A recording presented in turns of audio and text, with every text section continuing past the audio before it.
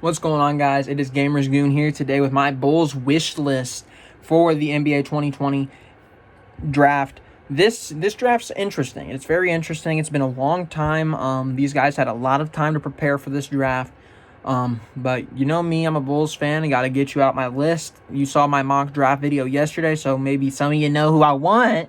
At number 4, and the top guy on my list is just that guy himself, Obi Toppin. He's out of Dayton. He's an immediate impact player. He's 22 years old. He's an offensive guy. Can run the small forward for us. He was the best player in college basketball last year. I think he could be a very good pickup for the Chicago Bulls. Another guy I went over last night in my mock draft was Deni Avdija. He's a EuroLeague guy. He has upside. He could be a forward. He has some playmaking potential. The only problem I really have with him is I'm not necessarily keen on these EuroLeague players translating. We've seen Dirk do it. We've seen Luka do it. But we've seen a lot of fails. We've seen a lot of people just not pan out the way they were supposed to. And it makes me a little bit nervous, especially at 4, since it's the best pick we've had in the last 4 years. It's just a really scary thing to take a EuroLeague player.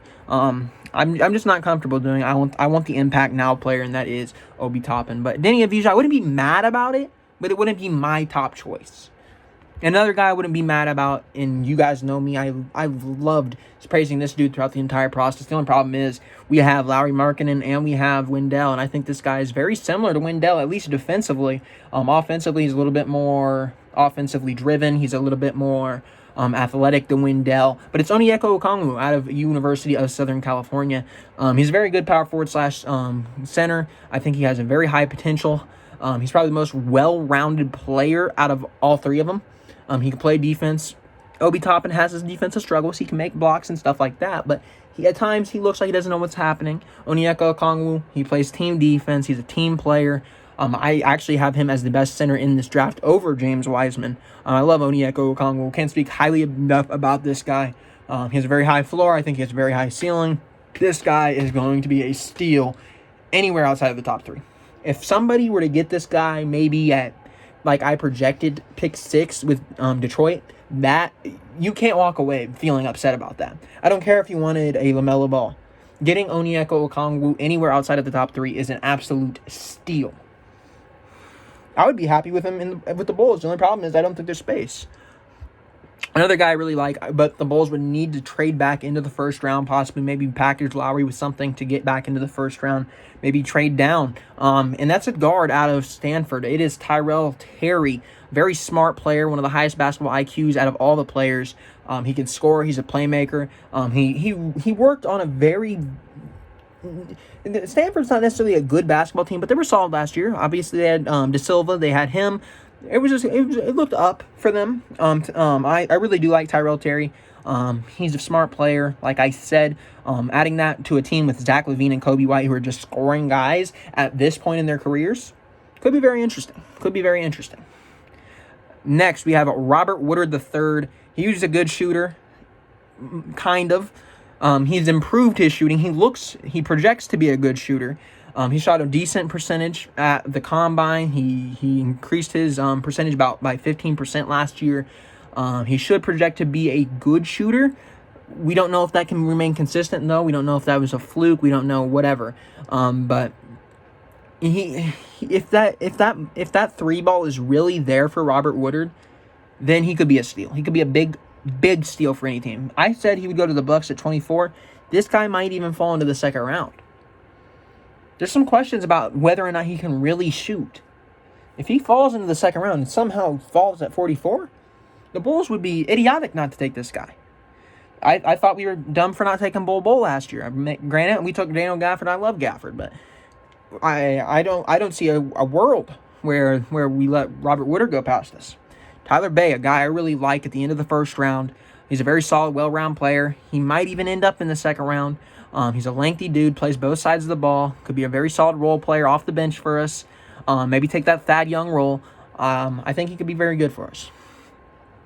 Also, the 7th guy I kind of want is Malachi Flynn. He's a high-energy player. He hustles. He can score. He can play make. Out of San Diego State, this guy could be very good.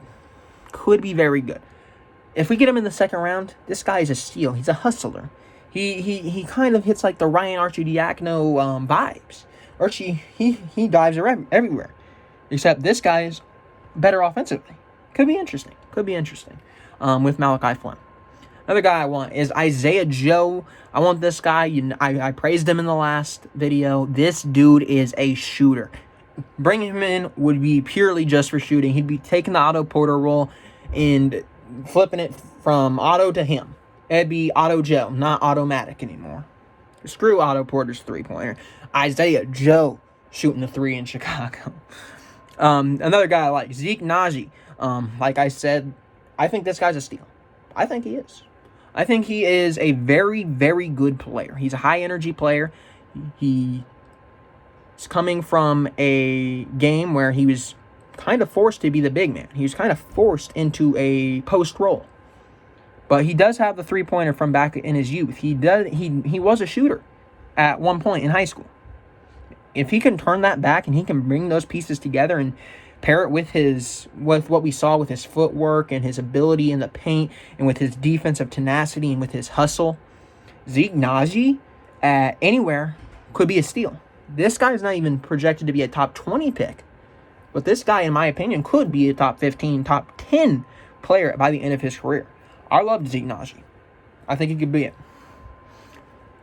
Cassius Winston is the next guy.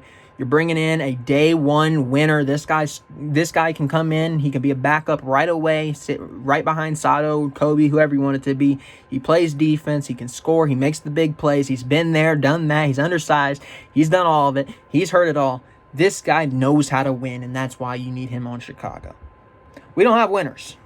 We don't have any winners. Zach LaVine, he's never been in a winning situation. Sure, they went to the playoffs a few times, but whatever. Thad Young, really? Bring in the winner. Bring in Cassius Winston at point guard.